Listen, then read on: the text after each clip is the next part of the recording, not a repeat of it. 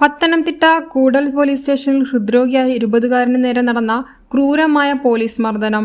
9ാം class വിദ്യാർത്ഥിനിയായ 13-കാരിയെ സഹപാഠികളടക്കം ചേർന്ന് പീഡിപ്പിച്ചു എന്ന വ്യാജ പരാതിയുടെ അടിസ്ഥാനത്തിലാണ് പാടം സ്വദേശി യുവാവിനെ പോലീസ് കസ്റ്റഡിയിലെടുത്തത്.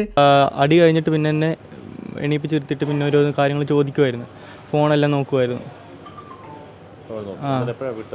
ഇവർ അത് കഴിഞ്ഞിട്ട് എന്നെ കുറച്ച് നേരം അവിടെ നിർത്തിയിട്ട് പിന്നെ മെഡിക്കൽ എടുക്കാൻ കൊണ്ട്, അതായത് ഹോസ്പിറ്റലിൽ കൊണ്ടുപോയിട്ട് അത് കഴിഞ്ഞിട്ട് നേരെ സ്റ്റേഷനിൽ കൊണ്ടുവരുമായിരുന്നു. അത് കൂടല്. അത് പിറ്റേന്ന് ഒരു 6 മണി 6:30 ആയപ്പോൾ അവർ വിടുമായിരുന്നു. ഇന്നലെ വൈകിട്ട് 6:30.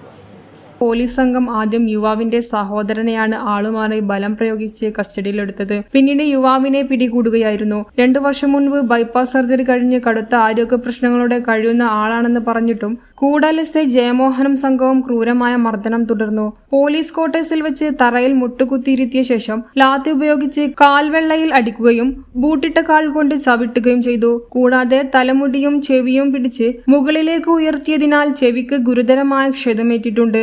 കസ്റ്റഡിയിൽ നിന്ന് മോചിതനായ യുവാവും സഹോദരനും പത്തനംതിട്ട ജനറൽ ആശുപത്രിയിൽ ചികിത്സ തേടി. തുടർന്ന് മുഖ്യമന്ത്രിക്കും ആഭ്യന്തരമന്ത്രിക്കും DGPക്കും പരാതി നൽകിയിട്ടുണ്ട്. News desk, news 99.